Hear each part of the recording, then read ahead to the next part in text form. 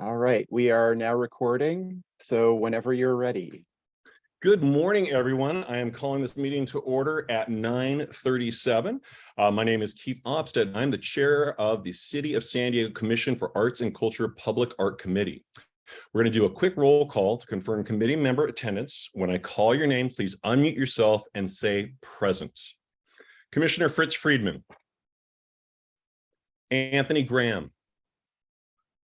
Dr. Melinda Guillen. Present. Wayne Holton. Present.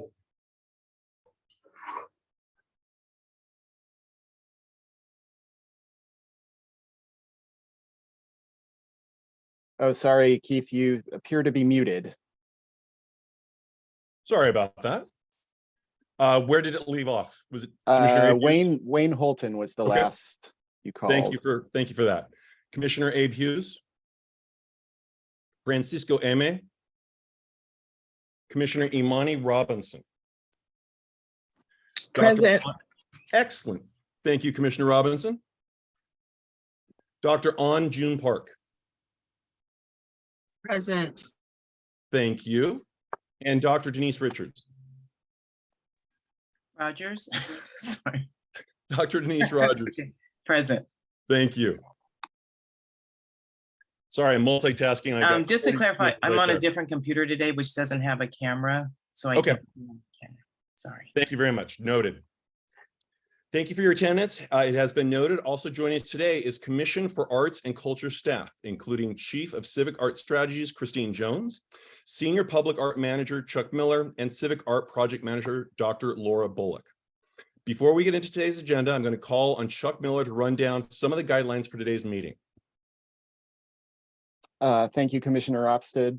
Reminder that this is a Zoom webinar and members of the public may join the meeting as webinar attendees to provide virtual non-agenda and agenda comment in real time. A reminder to note the buttons on the control bar on the bottom of the Zoom window to mute and unmute and turn the camera on and off. Please remember to stay muted when you are not talking and to unmute yourself when you speak. Please keep your chat window open at all times as you will be using the chat to signal when you'd like to speak. Please refrain from using the hand raising indicator and instead type speak in the chat window for the record, and the chair will acknowledge requests in order. And finally, a reminder to please refrain from using the meeting chat for anything other than signaling that you'd like to speak in order to comply with the Brown Act. Thank you. Thank you, Chuck. We will now move on to the agenda public comment. The public was invited to submit public comment on agenda and non-agenda items via a web form accessible through the agenda and the Commission's website. Members of the public may also join the meeting as webinar attendees. If members of the public have submitted comments in writing via the web form, staff will read aloud public comment submitted per city public comment protocol. I will call on Chuck to read aloud any non-agenda public comment or to call on any attendees who would like to provide comment. Thank you, Commissioner Opstead. To those members of the public in attendance, please click the button to raise your hand to indicate that you would like to comment, and I will enable you to speak and send you a prompt to unmute yourself in order. When I call your name, please state your name for the record, and you will have 3 minutes to provide comment, after which you will be placed on mute again. If you are joining via phone, please press *9 to raise your hand. I will call you by the last 4 digits of your phone number. When I call on you, press *6 to unmute yourself. Please raise your hand now if you would like to provide non-agenda public comment. And incidentally, there was no no non-agenda public comment submitted in writing. And I am seeing no hands raised. Thank you for that. For the chair report, we're going to go on to the next item of business. For commission business, the commission meeting scheduled for September was canceled. So our recommendations for September's PAC meeting and our recommendation today will be heard at the upcoming commission meeting on October 28th. Otherwise, I'd like to remind everyone that the Park Social Initiative continues with an ongoing installations and events happening every weekend between now and Thanksgiving. Staff will go into more detail in the report at the end of the meeting, but I'd like to encourage everyone to check that out, even if you haven't done so already. There's a lot on the horizon for public art. Looking forward to continue working with you. So the action is the approval of the September 2nd meeting minutes. I hope everyone had an opportunity to review the minutes from the September 2nd, 2022 meeting. Would anyone like to make a motion to approve the minutes as they are? If you would, please type speak on the chat window, and when I call on you, verbally state your name and make your motion.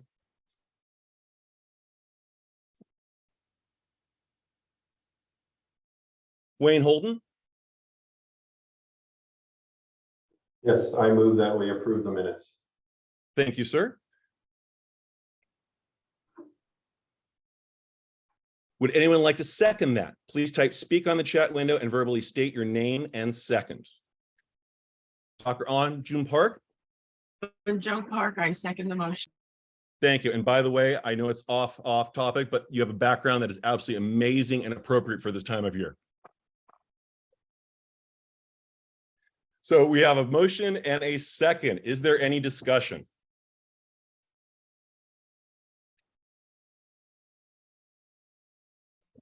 Okay.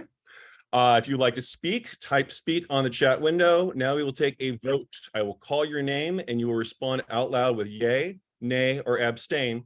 And just a general remember that you do not need to have been present at the September meeting to vote. Give me one moment.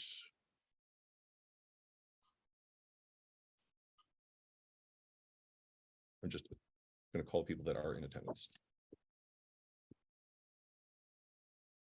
Okay.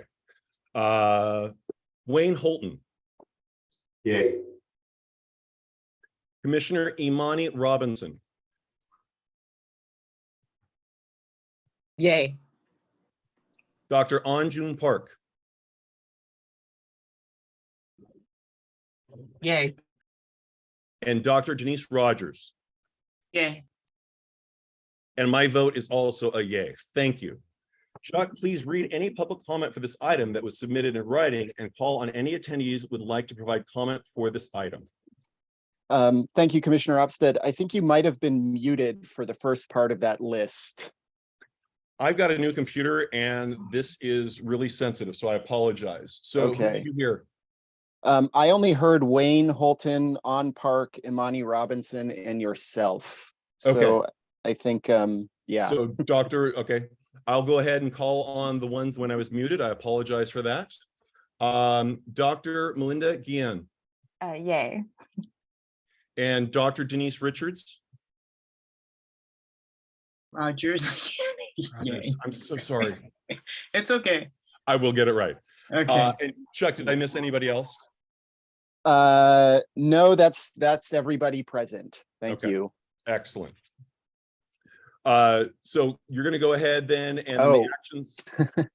Indeed, yes. So no comment was submitted in writing for this agenda item. To those members of the public in attendance, if you'd like to provide comment, please press the hand raise button now. And I'm seeing none. Thank you. So I will now ask if there are any volunteers from the Public Art Committee to fill one of the 5 selection panel seats for the Southwest Park Public Art Project. We will also need one alternate in the event that those who volunteer are unable to serve. Are there any volunteers? Please type speak in the chat window and I will verbally acknowledge you in order. Forgive me, Commissioner Opstead. I have a skipped ahead. brief presentation prior to that point, prior to that. I apologize for being off this morning. No worries. Yeah, so just to give you a little background on that item, similar to our last meeting where we had volunteers as well as recommendations for the Hidden Trails and Willie Henderson Sports Complex public art projects, we now have yet another park project for the same process this month. That is the Southwest Neighborhood Park Public Art Project. And so just a reminder of the Public Art Committee's role in this process is to make recommendations on one Public Art Committee member seat and a visual art and design professional for as 2 of the 5 artist selection panelists for the project. So bear with me for just one sec. So the Southwest Neighborhood Park project comprises a new neighborhood park to be constructed east of the Interstate 5 and bounded by 25th Street, 27th Street, and Grove Avenue in the Otay Mesa West Nestor neighborhood of South San Diego. The new 11.5 acre park will serve a currently park deficient community and will include multi-use athletic fields with lighting, basketball courts, flexible turf areas, picnic areas, playgrounds, a dog park, interpretive elements, and of course, public art. Next slide, please. The artist contract for the design, fabrication, transportation, and oversight during installation will be approximately $280,000, derived as 2% of the eligible costs in an overall $26 million project budget. So once again, the RFQ is open to artists authorized to work in the US. Artists apply by submitting qualifications, so evidence of past work. A 5-member ad hoc selection panel will evaluate applications and recommend one artist for contract award. And construction is expected to be completed by early 2026. Next slide, please.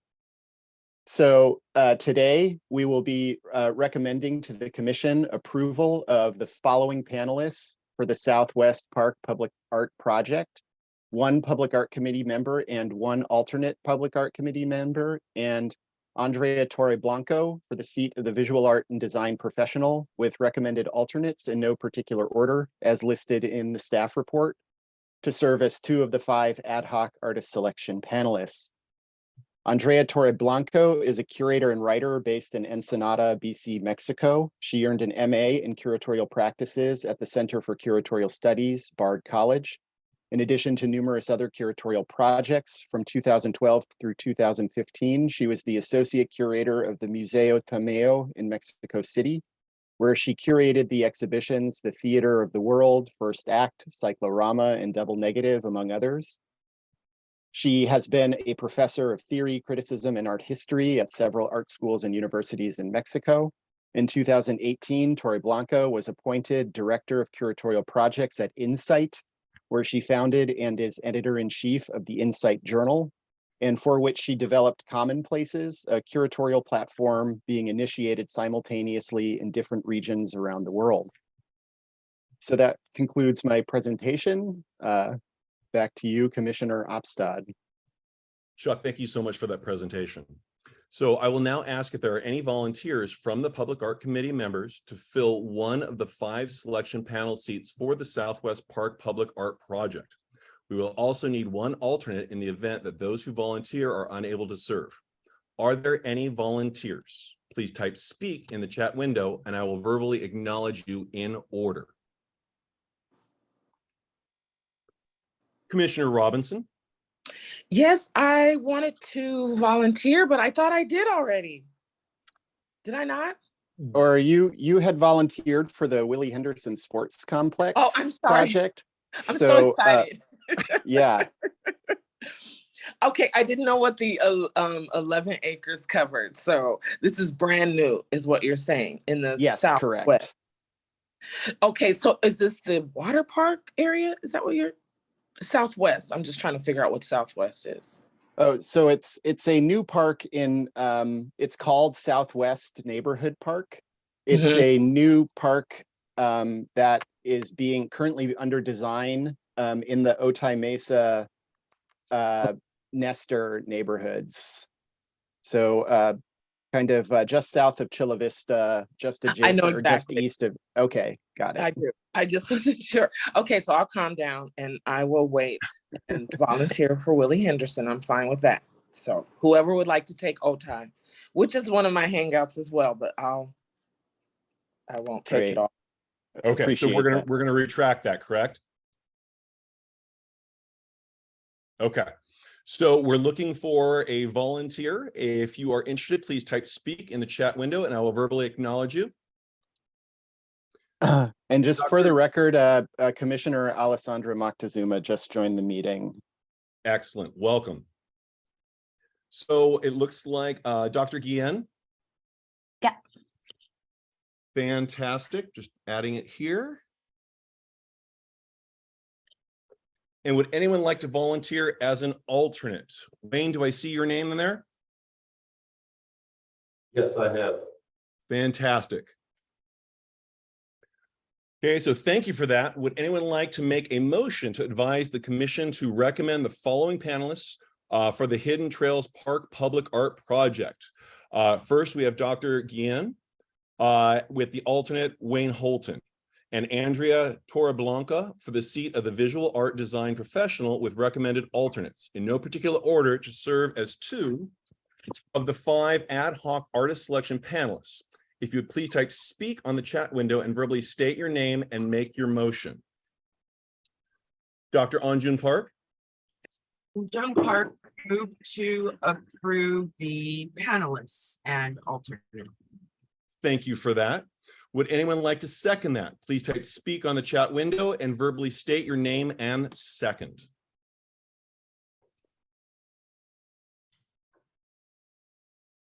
We are looking for a second to go ahead and Dr. Rogers, Yes, I second the motion. thank you for that. We will, let's see here. Now we will take a vote. I will call your name and you will respond out loud with yay, nay, or abstain. And I'm just updating this because Dr. Alessandra, Commissioner Moctezuma has joined us. Commissioner Friedman. So Commissioner Friedman is just now joining the meeting for the Okay, record. I'll give him some time for that. Thank you for that. I just got on. Welcome, Commissioner Friedman. Sorry for being late. No apology necessary, sir. Thank you. Then I take it back. All right, we've got Dr. Guillen. Yay. Thank you. Wayne Holton. Yay. Commissioner Alessandra Moctezuma. Yay. Commissioner Imani Robinson. Yay. Dr. Anjun Park. Yay. And Dr. Denise Rogers. Yay. And my vote is a yay. Thank you. Chuck, please read any public comment for this item that was submitted in writing and call on any attendees that would like to provide comment for this item. Thank you, Commissioner Opstad. No comments submitted in writing. To those members of the public in attendance, if you would like to provide comment on this item, please press the hand raise button now. And I'm seeing none. Okay, so Chuck, next thing we've got is the presentation for the preliminary artwork idea for Bear Park by Ingram Ober and Marisol Rendon. I'd like to call on Chuck to provide an overview of the public art process. Thank you, Commissioner Opstad. Next slide, please, Lara. Oh, there we go. Thank you. Great. Yes. So, yes, today we will be receiving a presentation from Ingram Ober and Marisol Rendon for their preliminary idea for the Bear Park Public Art Project. And I have this diagram of steps up here kind of as a reminder or also kind of an overview for those new members who are less familiar with the public art design and development process here at the city. So for this particular project, we've gone through basically the first 2 steps, and we are working toward the 4th step. So the city procures an artist, the artist gathers research and engages the public. So in this case, the artist has met with the public and has been researching this project. And finally, they've developed a preliminary idea. So next slide, please, Lara. And so here's just an overview of the Public Art Committee's role in the artwork development process. So the step we are at here circled is to provide feedback to the artist in the preliminary idea phase. So that's what our task will be today. And this will be part of the feedback that the artist uses to continue developing their idea into a schematic proposal. Once the schematic proposal has been developed, it will come back to this committee for additional feedback before it is then developed further and then comes back yet a third time to this committee for action and recommendation on the final proposal. So prior to this process, or prior to today, as I mentioned, the artist, we did have a Meet the Artist event, a virtual Meet the Artist event this past winter that was well attended, where the artist had a chance to meet with the community and get feedback from them, and also the community had the opportunity to learn about the artist process. The artist will go back to the community for further feedback in the schematic proposal phase. So the Public Art Committee will will provide additional feedback on the schematic proposal at a later meeting. Thereafter, we will be sharing that proposal again with the community for their feedback in development of the final proposal. So I hope that wasn't too confusing, but so as a, just to reiterate, what we'll be doing today is hearing a presentation of the preliminary idea for the project from the artist. And you'll be providing feedback or questions to that preliminary idea, and they'll use that feedback in the development of their schematic proposal. So with that, I'd like to hand it over to my colleague, Laura Bullock, to introduce the artists. Hi, everyone. Nice to see you all. So I'm just going to introduce the artists, Ingram Ober and Marisol Randon. So Ingram Ober is a San Diego-based artist, designer, and educator whose practice employs sculpture, installation, and performance to investigate systems, whether they be social, ecological, or material. He creates work that encourages viewers to consider how various systems affect their way of life through often humorous, sublime, and subversive forms. He holds an MFA degree from Claremont Graduate University and is a tenured professor at Palomar College, where he teaches sculpture and foundry. Marisol Randon is a San Diego-based artist as well, whose work focuses on the concept of illusion, revealing moments of self-deception through familiar materials. Working in design, drawing, sculpture, and installation, Randon uses common forms as catalysts for memory and meaning. She holds an MFA degree, also from Claremont Graduate University, and is a tenured professor and coordinator of the Mixed Media Three-Dimensional Design and Art program at Southwestern College. So Ingram and Marisol have collaborated on projects in public art, museum exhibitions, including our own Museum of Contemporary Art San Diego, social civic events, and have participated in art and aesthetic discussions. They have completed 2 public art commissions for the city of San Diego at the Bayside Fire Station and South Crest Trails Park, and their park social project, which was entitled In Collaboration with the Passerby at Otay Valley Regional Park, culminated last weekend on October 1st. So with that, I'd like to welcome Marisol and Ingram. Hello, good morning, everybody. Good morning. So just, I guess before we get started, so I see that you have the preliminary idea sort of slide up there. We also, knowing that document is a little text heavy, it's sort of for reading.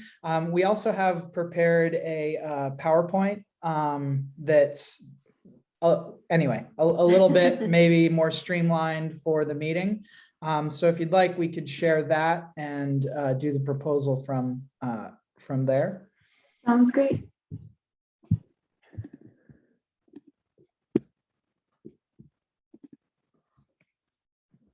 All right. So this park project, it's had an interesting and somewhat different constituency group for us, in that we've been working very closely identifying some of the community needs with Casa Familiar.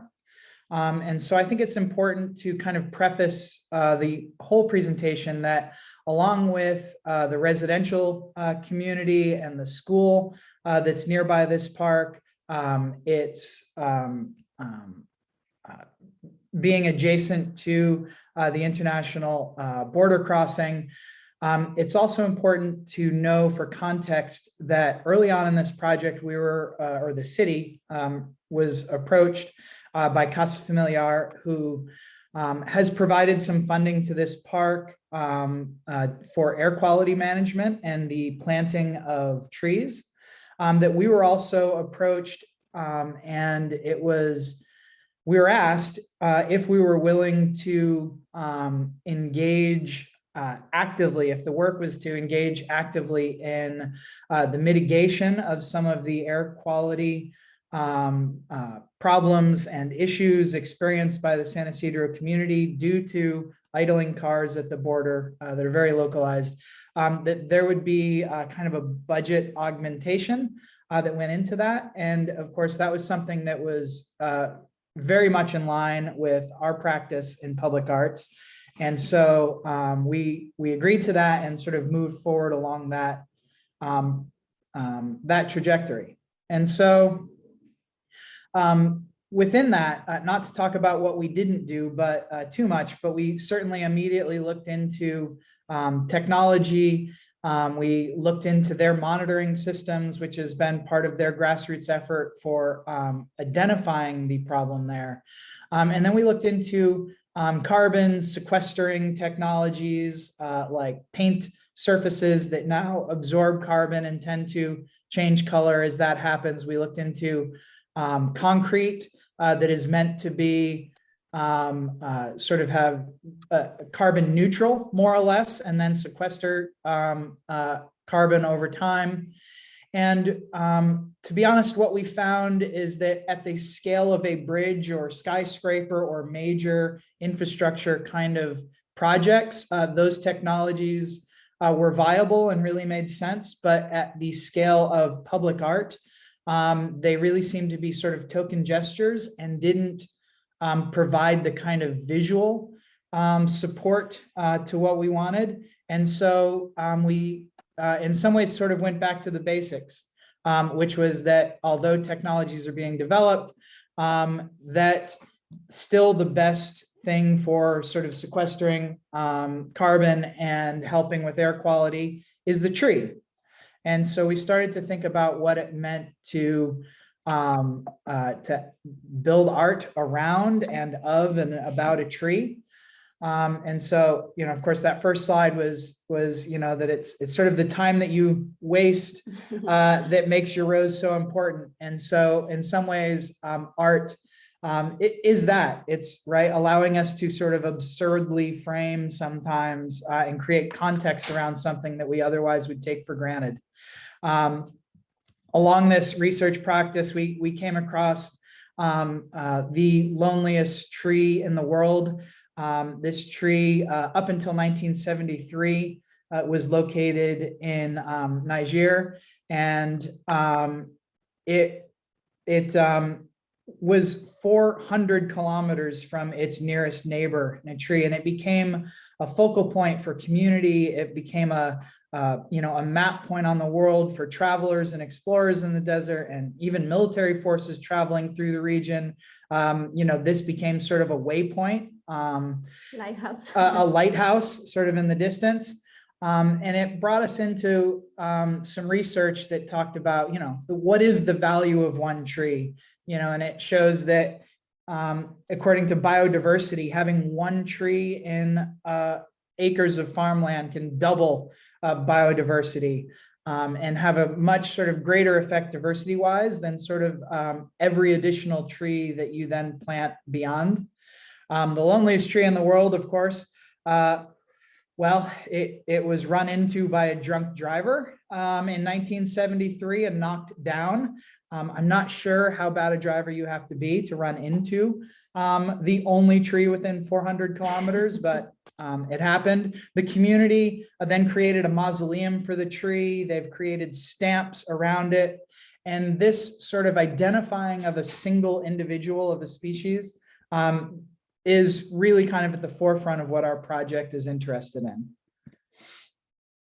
And so biological researcher Peter Nosko speaks about this tree at length, refers to that he spends every day as a biology researcher looking for the meaning of life. And for him, he states that if you're looking for the meaning of life, you're more likely to find it in front of a tree. And so what our project is based on is attempting to sort of emphasize this sacred aspect of the life of a singular tree, to embrace the singularity of this particular tree as a symbol, right? It's one thing to go for a walk in the woods. I think it's a very different experience to walk to an individual tree, to identify it as a thing. There's this kind of one-to-one empathy that happens that way. I think with anything, our ability to sort of empathize on an individual level with a group is different than with one specific entity. And in that way, because this park will be planted with young trees, there are kids that will grow up watching those trees grow in front of them as they approach this park. And so sort of when you have one that you are going back to and visiting, or that is framed by hardscape, which we're going to talk about soon, there's sort of a metering process that happens with that and a recording of time. And of course, there's the idea that a medium-sized tree sequesters 34 pounds of carbon per year. And this idea of going back and visiting and understanding the progression of the tree's impact on air quality, how that changes over time, and whatnot. And so the final thing, I'm trying to move along a little quickly here, is to create a charismatic space and exchange for positive aesthetic experience. In other words, to create context around, again, this particular tree. So for us, of course, the tree, when it relates to air quality, symbolizes this purification act and the act of breathing. Air quality can be a very difficult pollution source to talk about. It's hard to see. Numbers are hard to visualize. So when we talk about 30 pounds of carbon being sequestered, what does that even look like when it comes to CO2 in the air? How many cubic feet is that? If you hear a cubic foot number, that's hard to visualize in the atmosphere. So knowing what the impact of a tree or a forest of trees is becomes very abstract. And so for us, part of what we wanted to do was to sort of crystallize that volume and this understanding of the cyclical nature of the tree itself, being this filtering act, and do that by sort of representing that process as a breath, something that we relate to. And so what we have ended up in is an enclosure for this tree that on a cyclical basis creates a volume around the tree, and then you are allowed to visualize that volume by a timed release of atomized water that creates sort of a fog and a visual solidifying of that airspace, which is then of course carried away on sort of the lightest breeze. And so it gives us this moment to understand, again, volume, abstract volume, and the cyclical nature of the breath. As far as the structure that we want to create to contain this volume, right? Vessels are sort of this, they are this archetypal form. Much of the impetus for the vessel itself comes from kind of domestic vessels and cut glass and crystalline forms, right? They're made to protect and contain.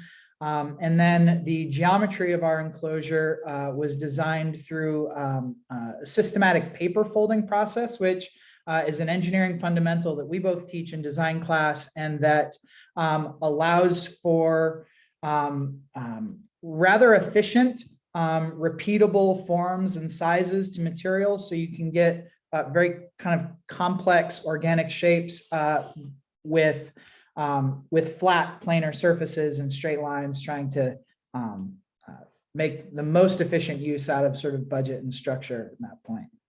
The shape of that structure is intended both to relate to the final sort of canopy structure of the tree that we're going to select. It also kind of relates to this gesture of growth.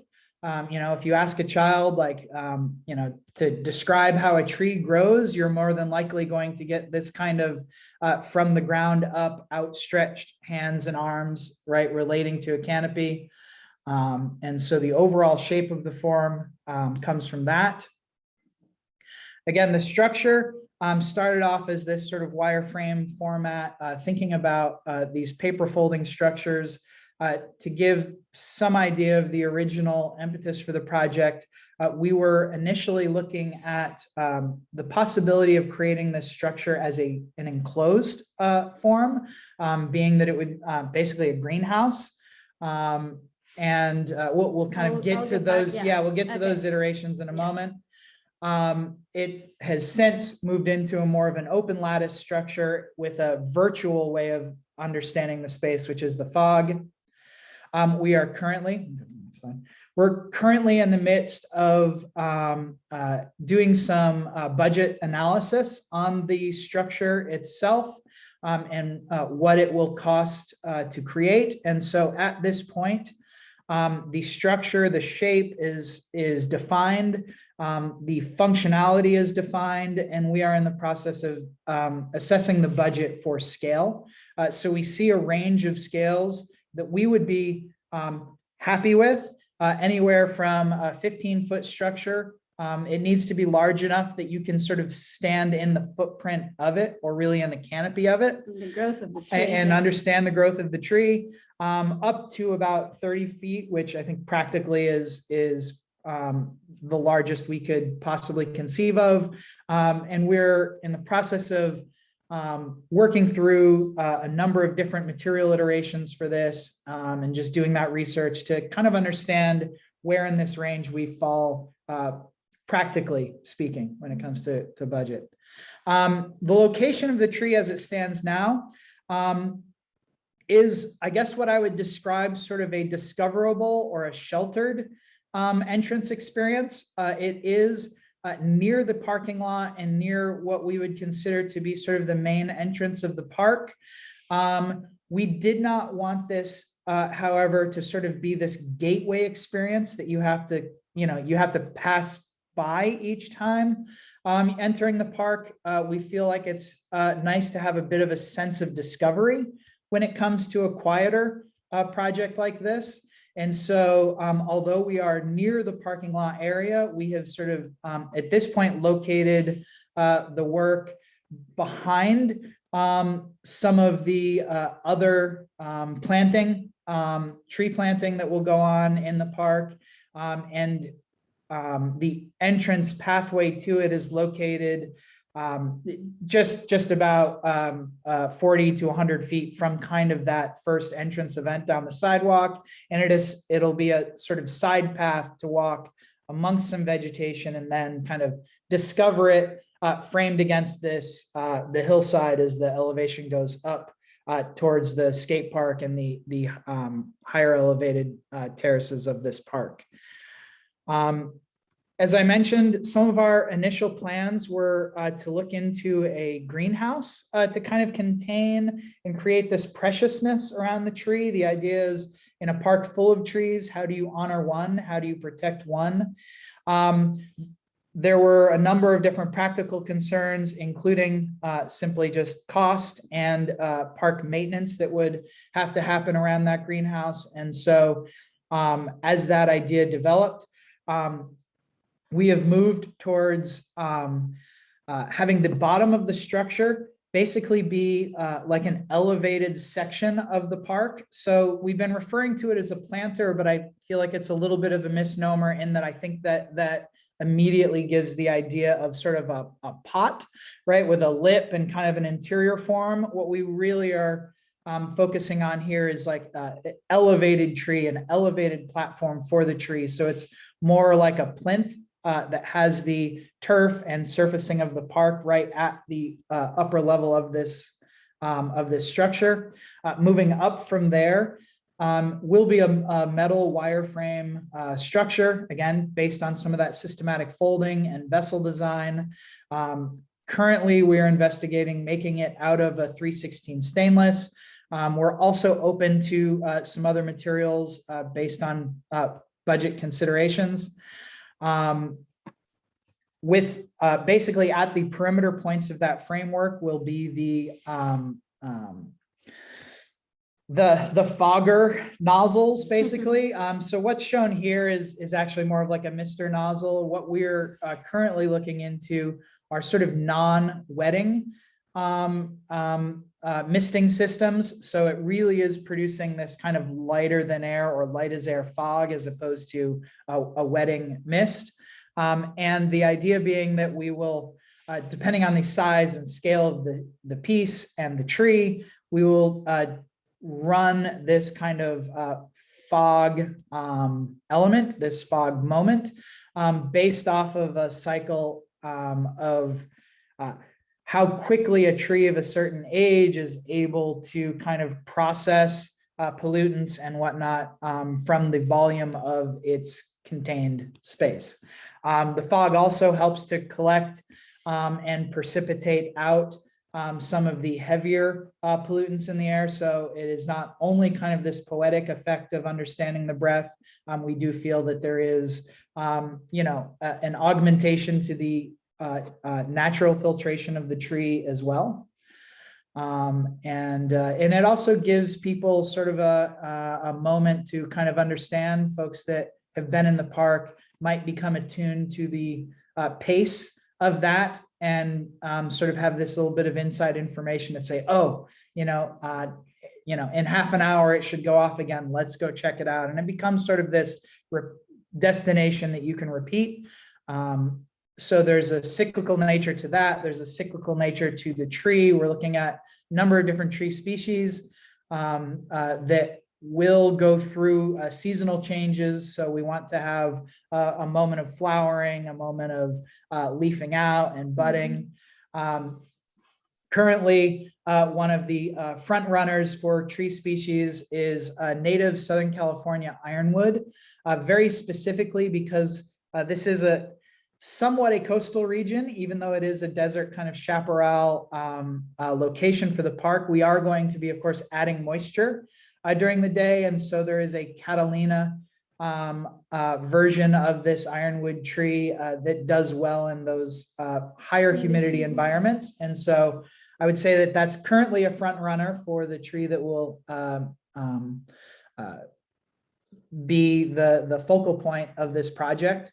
But again, that's still to be decided.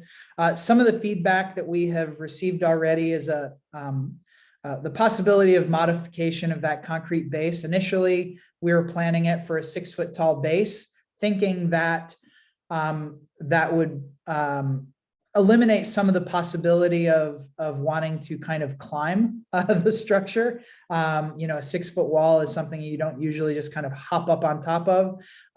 There's been some thought, though, that for maintenance purposes and kind of the visibility of the top of that plinth, that a height of 48 inches might be more effective.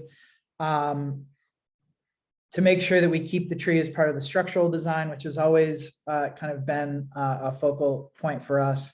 We're in discussions with City Park Services about what sort of maintenance accessibility will be needed, both for trimming the tree from time to time and also, cleaning of the mister heads and things like that.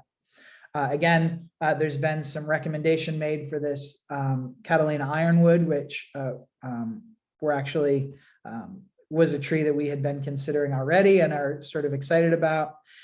There was a comment about moving the location closer to the park entrance, which again, I think that we understand, but there is something about making sure that this is kind of a discoverable moment, as opposed to necessarily a gateway event that I think allows it to feel a little bit more like an intimate kind of interaction that you're having. And of course, the idea is that this is the air sanctuary, and having that sort of sanctuary feel, I think means that you have to kind of go through a little bit of a transitional space to then experience it. You have to do a little bit of work to get there, right? It's not necessarily the, a forward-facing activity. So I think that we're trying to find a balance between, between having it visible and prominent and accessible,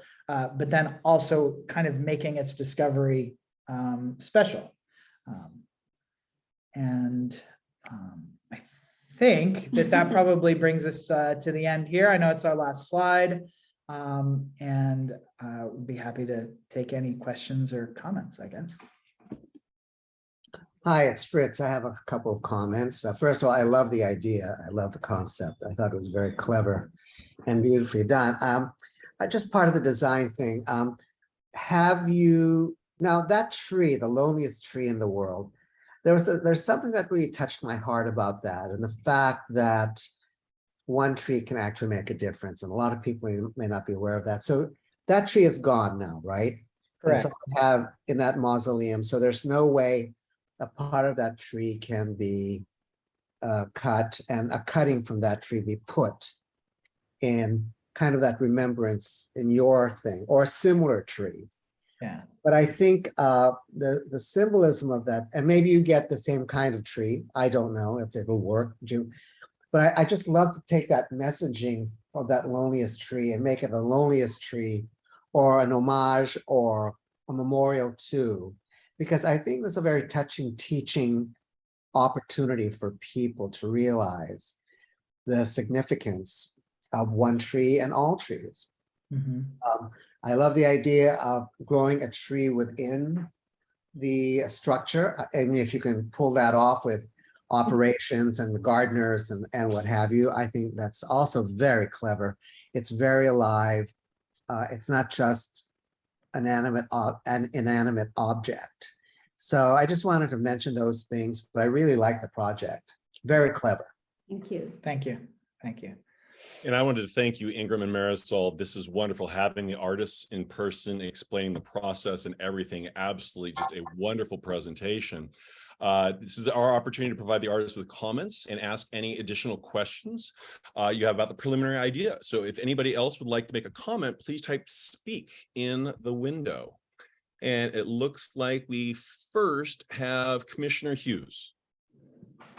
Yes, very clever. I love conceptual art. So congratulations. I think it's really nice to highlight, the concept. Will there be educational materials of some form so that people can understand the concept? Because sometimes it's hard for people to wrap their heads around conceptual art.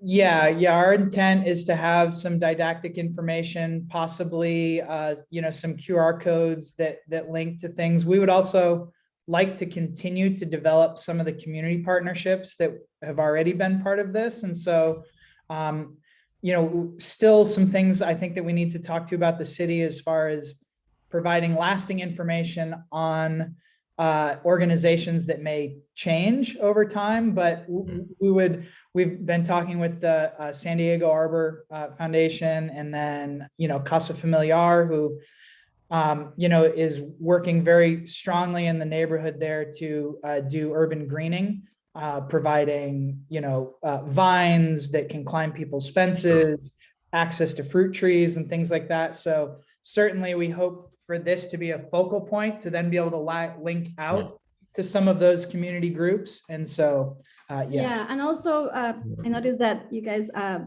presented here the logo. I mean, one of the things that I feel that it was very important to us was just to be able to continue with that sort of life of the tree, and then maybe even celebrate birthdays, right? Every year, have a little, I don't know, I'm working, of course, with the kind of the schools around, make something more significant in terms of, once again, conversation, the education, the value of the one singular tree. And so I think that the logo could go beyond, even with promotional purposes, billboards, even through the border crossing, be able to connect somehow that idea of the idling of the cars with the image of this tree and understand the meaning behind why are we doing this, right? Sure.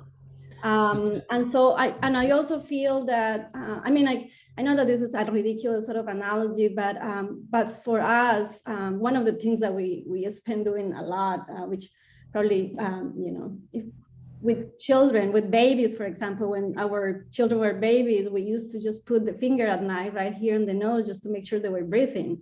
And I think that analogy, I might think about the tree and going back to the idea of the breathing of the tree. Is it healthy? Is it alive? Is it caring for that? I think that is probably the most important component of the project. I know that the structure, of course, is an important sort of element, but then, Visually really striking, right? However. Yeah, however, there's a symbolic aspect of the life of the tree that we would love to be able to highlight and elevate. Yeah, so we'd love, in an organic sense anyway, to, you know, continue with sort of the branding of the project, and then make some of the research and the information that goes behind it accessible to the school system that's adjacent to the park. And the hope is certainly that there will be some programming around it. Just a couple other observations that I thought could be helpful. It would be nice to think about a symbolic tree that's very symbolic to the Mexican community who crosses back and forth on the border. So a mesquite, for example, is very symbolic to us who grew up on the border in general. And then the other thing is water. Water is even a more precious resource than anything else in the desert. And so this thing's going to be emitting a lot of water, and it sounds to me like, and I think you need to think about that concept of how do we also educate about preserving water and using water the right way. And we have to make sure we don't damage the tree with too much water. Too much fungus can be produced. You'd have to then put on fungicide, which is a chemical which you don't want to get into. Anyway, those are the kinds of things that were running through my head. But yeah, it's going to be nice to put the tree up on a pedestal, so to speak. Yeah, I think it's hard right now to find images of it. It's not necessarily new technologies, but there have been sort of aerosol heads that basically they emit sort of a fog, and even as a person, you can run your hand right through it. You don't actually get wet, right? It's so it's a visual effect that's not like a greenhouse mister that makes a heavy droplet. And so really compared to the invisible irrigation that's happening with drip lines that's happening in the whole park that this tree is just part of. The fog component is actually going to be a very, very small volume of potable water in this case, because it is being aerosoled into the into the atmosphere. But yeah, so same thing. I think it will actually be important though to have information about that. You know, this tree consumes this work consumes this, and I think that as part of that kind of plinth gives us an area to have some of that information present. Excellent, thank you. And I believe Commissioner Moctezuma had a question. Yeah, I just have a couple of questions, and you know, I really appreciate all the thought and the work that you put into this design. I think the idea of protecting the tree is really it's a beautiful concept, and you know, you have it, the seed that planted it, that first image that you have of the Little Prince, you know, protecting. As I see, and I don't want you to take this as a negative, it's just like bringing my own kind of perspective as somebody who goes out in the canyons a lot with my son, who's a native, you know, plant researcher. A little bit my thought was that we were kind of trapping the tree in, and but that might be because I didn't get information or detail about the materials that is the tree, and I might have missed, I'm sorry, I might have gotten distracted, but is the structure, is it just the structure on the tree, or is there a cladding on the structure? And I'm sorry if I missed that. It's just the structure in the tree, so it is an open lattice, yeah, so we, you An know. open, okay. Yeah, the idea is certainly that at least at the beginning of the tree's life, that there will be some pruning. There's pruning that happens in the park to make sure that there's, you know, a raised canopy so that, you know, the space under trees is, that's all specific to the parks. And so we expect some of that to be happening with this tree at the beginning. And then really afterwards, it is about sort of letting the tree find its voice within that structure. Our hope is that the structure is large enough, and we will be picking the species of tree very specifically based on the scale of the structure itself, so that the tree doesn't sort of feel crowded in it. However, it will be open, and so when the tree wants to poke its way out through and, you know, be supported by structure and whatnot, it actually has those options as well. So in thinking of this, and this, again, you can totally dismiss this because I respect, you know, your vision as artist, but it's just me thinking about this. There's a native vine. It's a morning glory. It's a kind of like a morning glory vine. Mm-hmm. And I was just thinking of the relationship of the structure to nature, to the nature around it. And this idea that instead of the structure being pristine, like you had the tree, but like a vine could also become part of, a native vine could also become part of it. So anyway, so it's a native vine that doesn't have very thick, you know, stems or anything to damage things, but it's just an idea. It's just something that I'm throwing out so that nature becomes part of the sculpture itself, and, you know, becomes enmeshed into it. And then the other thing I was thinking about is the base, the concrete base. You know, when people come and see this, I was considering of a place also for people to meditate on this. And so the base is up like that, but I was wondering if it was down and became kind of like a seating, you know, area where people could, you know, and again, this is just me throwing out a lot of ideas, but that's what you want, right? Comments from us. Yeah, I love, you know, the morning glory vine is part of the urban greening for that. It's one of the plants that CASA, right, is trying to get out into the neighborhood there. Certainly something that we've thought about, and the design team for the park has already talked about how they're willing to, they're basically wiped sort of clean some of the planting and landscaping in that zone until we're further progressed, so that we can start to design that with them. So although the renderings really show it in kind of this, you know, this neutral area, there's going to be trees around it. There will be native species plantings of succulents that are coming up and around that base. So a lot of that will be softened. It's just to sort of be designed with the design team. And I love, you know, we've talked about softening that structure as well in different ways. I think that pragmatically, there's probably some things to consider, you know, with maintenance of vines and the climbing and whatnot. But conceptually, yeah, we love that idea of softening. I think that, you know, one of the things that is amazing, you are mentioning things that definitely have gone through our minds multiple times, right? That idea, I mean, and the structure really came from initially thinking about the greenhouse, right? And once again, we kind of repurposed that idea to be able to still exhibit sort of that virtual walls created with the mist, with the fog. Definitely the concrete plinth, you know, again, later on, we will analyze kind of the dimension of the root system of the tree that we choose, the diameter of that, to see if it's something that we should continue with, once again, expand it, or definitely change it for something a little bit visually kinder, like a little slope or something like that, right? Which again, it really goes back to all of the things you are mentioning, Alexandra, and I appreciate that, because definitely we are tuned with that. I think, you know, there's a situation where when you highlight an individual, then of course people are drawn to it. And so for us, it's about in some ways elevating it visually, so it's a tree that stands out among many, because there are a lot of trees going into this park.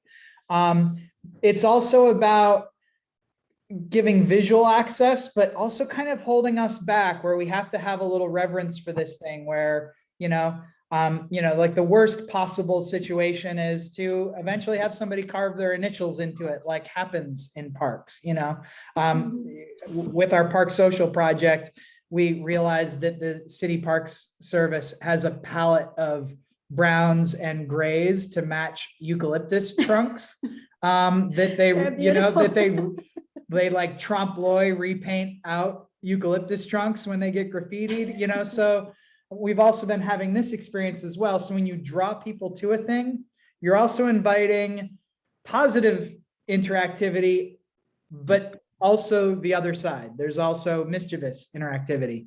And so right now we're trying to strike a balance between drawing people in, but also maintaining some type of a margin for the protection of that particular tree as well. And so I think that's the balance that we have to work to strike with the plinth, or with the way that it's landscaped, either into the landscape or raised from the landscape. And I think that might be one of the more, I don't want to say contentious points, but more actively discussed points of the design so far. And so we're going to see how that kind of progresses. Well, I think it's just beautiful how you develop the idea and work with everybody. And I know how challenging it can be to, work with all of the regulations and the restrictions and all of the things. So I really appreciate it. And thank you so much for your answer. Thank you. This has been a great discussion. I believe Wayne Holden, you had some questions or comments? Yeah, just a couple of quick points. I really like, obviously, the whole concept. I really like the idea of this discovery and that transition to get to the space. I think where you've proposed it is right, and not right at the front entry. It sounds like you are having a good working relationship with the design team. Schmidt Design Group we've worked with on a number of projects, and they've always been very receptive to ideas, design ideas, and I think they can work with you on that tree selection and on that base design, because and even the nozzles and how I think they can help you with some of that technical work.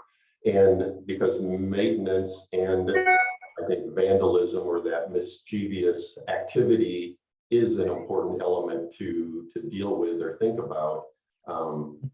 But yeah, overall, the concept is very strong, I think, and I love the logo here that's up on the screen now too. That's very nicely done. So good luck. It's got a lot of potential. Thank you. Thank you. Thank you. And Marisol and Ingram, I had a couple of questions. Make sure I'm unmuted. There we go. Because you said it is going to be more discoverable rather than a gateway, will it be illuminated in any way? And then the second question is, you showed the slide of anywhere from, I believe, 15 feet to 30 feet. How tall do the native ironwood, the Catalina version of the ironwood get? Because I was wondering if that should be in relationship to the final chosen, basically, size of the sculpture. Yeah, absolutely. Yeah, so they list as sort of an average height of about, I think, 25 feet. So they are within that range if we are at the upper range of the structure possibilities. If not, we probably have to, reevaluate for a species that works better with that. We're currently looking at a canopy dimension with a 25-foot structure of roughly about 30. I think it comes out to be about a 32-foot diameter canopy dimension and a 12-foot diameter sort of base. And so those are just sort of some of the numbers of, again, the upper range of what we're looking at. There are some changes. That's another thing that we actually discussed with the design team, is that if we select specifically desert species, as was mentioned, it can create problems of fungus when you're adding moisture to that environment. It can also, on the other hand, when you add moisture to those desert species, you can also change very much their average growth rate. And so next thing you know, that tree that was going to grow 20 feet tall grows 30, just because, 35, just because you've given it the added moisture that its normal habitat wouldn't have. So yeah, those are certainly things that are at play. Yeah. And what was The illumination. Oh, the illumination. Illumination, yeah. Currently, we're planning on uplighting at night, so that when the mister events go off and the fogger events go off, you get this kind of this glowing moment out of it. And so yes, there will be more than likely at this point, we believe it'll be kind of uplighting from the plinth into the tree. Fantastic. Does anybody else have any questions or comments? If so, please type speak in the chat. Commissioner Friedman loves the logo also. Yeah. So I want to thank everybody for your input and question. And thanks again, Ingram and Marisol, for your presentation. This was a wonderful discussion. Dr. Bullock, can you provide an overview for the next steps for this project?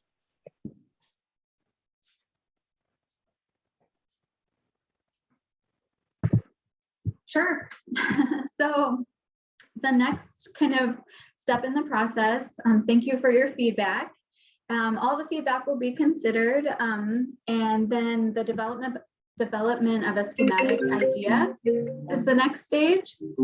And then after the schematic idea is developed, then there will be another chance to see the proposal at a public art committee meeting. And we will also have a public engagement event in which we invite the public to also give their input and feedback on the schematic design.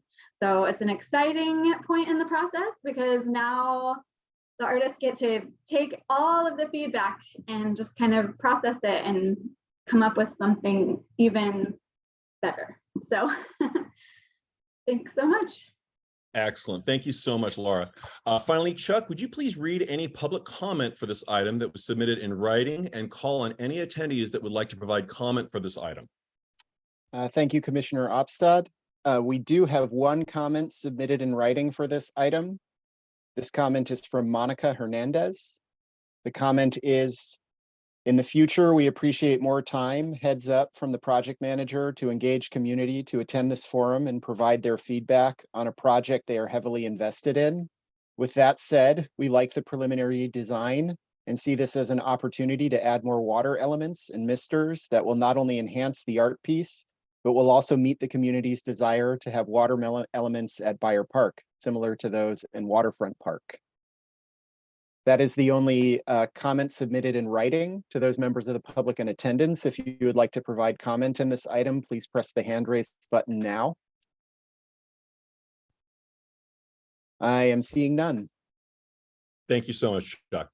We're going to move on to the reports, and I'd like to call on Christine Jones to provide the staff reports. Thank you, Chair Opstead, and good morning, Public Art Committee. It's nice to see everyone this Friday. So as you can imagine, and as you all know, we have been incredibly busy over the summer with Park Social, and into fall, it's not slowing down for us. So as you all know at this point, this is a citywide initiative. It launched back in May, and it's really introducing social specific public artwork, temporary works into the city's park system. So, and just to remind you, this program is running through November 20th. So actually coming up this weekend, we have a lot of projects and activations happening, which we hope you all join us for. So this picture you see here is Mario Mesquita. He has been working this summer on collecting shared expressions and from the community around Council District 4 around Kennedy Neighborhood Park. So he will be there tomorrow as part of his Paletas Communal Social Club. And so you are all invited, as well as park goers and the public, to celebrate. He's going to be having some installations, kind of showing some of the shared expressions he's collected over his time there this summer. And he'll be passing out paletas. So icy treats will be available. So that's happening tomorrow from 11 to 4 p.m. in Kennedy Park. And I'll send a link in the chat so you guys have that handy, which will list all the times and where these are happening tomorrow. In addition to that, Reading to Strangers, Allison Weiss, another artist as part of Park Social, will be giving her last marathon reading. She's already done 2 iterations of this reading in different locations in Council District 6. So tomorrow she will be at the Canyon Side Community Park, and she'll be there from 12 to 3 p.m. I was able to attend her last reading, and it's kind of really special. It's been a long time since somebody read to me. And so if you like that, I would encourage you to go. It's a real pleasure to having a novel read to you. And then lastly, the other project we have tomorrow, Art Activation. As you all know, Brian and Ryan have basically taken over Chollos Lake Park for the whole length of Park Social. And they have been doing their project called Park Social at Chollos Lake. So they're inviting everyone tomorrow to celebrate with them all their various interventions that they've been doing over the course of the initiative thus far. So tomorrow from 1 to 3 p.m. they'll be at the lake at Lake Park in Chollos Lake. So please come and attend. In addition to that, coming up in a week away from tomorrow, we have a couple other projects that will be happening. And specifically one project is Brian Golson-Leiter. And this is new project. It's just launching next weekend, October 15th. It'll be from 12 to 6 p.m. in Linda Vista Community Park. And so his project is called Olfactory Present by Means of Smoke. And he'll be conducting a free cooking class. It was designed in collaboration with community members in Linda Vista and a chef as well. And so you can actually sign up if you're interested. I've been holding myself back from signing up to allow other people to sign up, but man, what a roster of amazing things that they'll be cooking that day. So I'll share that link for you in just a minute as well, if you're interested. And then another project that we'll be launching a little bit later in October, which hasn't started yet, is by Beck Haberstroh and Katie Gerlin. And the project's called Floating Photo Studios. And they'll be offering us a series of kind of a community photo lab where park goers will be able to fly pinhole cameras and kites. And they'll be able to learn more about photography and specifically aerial photography. So their project will be kicking off on October 22nd in Hilltop Community Park. So it's a little windy up there. So hopefully those kites will fly high. And then we have a number of other projects that have other iterations coming up. There'll be a Honeycomb Harmonies again. There'll be a drawing workshop by Trevor Emery. And don't forget, we also have installations that are on view. So we have Tribute to Paleteros by Roberto Salas on view. We have the Tree Line installation by Casey Munoz and Klein Swanger on view and Linda Vista. And we have Locked Groove, which is an installation in Point Loma by Margaret Noble. And then a little bit later this October, we're going to be reinstalling Reflection again by Art Builds. So all of that will be on view. And so we have a very active program for October. So please get out there and check things out. Again, I'll provide the links in just a moment. And then another item that was just announced by the city is that the city is seeking applications for the San Diego's second poet laureate. So if you know a poet or a literary artist who might be a good candidate as the city's second poet laureate, the applications are open now through November 3rd. So help us spread the word about the opportunity. I'll share the link. It's a 2-year term, and they really do become an ambassador for the city about spoken word, about poetry, about literary arts over that term, and coming to various official events and creating a public project in their second year in their term. So it's a really exciting program, and we're happy to be launching this for a second iteration of that. And then I'll just add tomorrow, just while it's not a city program, I did want to mention that tomorrow at the New Children's Museum, they will be celebrating the temporary installation of the artwork Las Tropas. As you might remember, this committee did review that installation since it is going to be on city property temporarily. It is a installation by Hector Azrari and Ignacio Condena. And that will be on view temporarily, publicly accessible in the park adjacent to the museum. So they'll be having a celebration tomorrow. I think it begins at 9 a.m. with the ribbon cutting, and it's all day. So needless to say, there is a lot going on this weekend for all of you to check out. And that ends our report today. Thank you so much, Christine, for your report, and more importantly, for the gentle reminders of all the things that are happening throughout all of our 9 districts, throughout San Diego, highlighting the arts. There's a lot going on. This is a really, really fun time for public artists and celebrating our creatives. Are there any additional committee member reports? If so, please type speak in the chat box. I will call on you in order. It looks like Commissioner Robinson.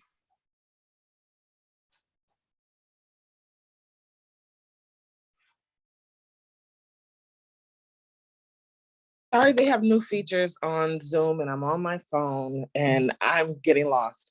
I just want to say, please go to Chicano Park Museum. It is amazing. I went last night and they have the pillars, you know, that you see on the freeway. They're inside the museum. And I believe there's like 13 of them.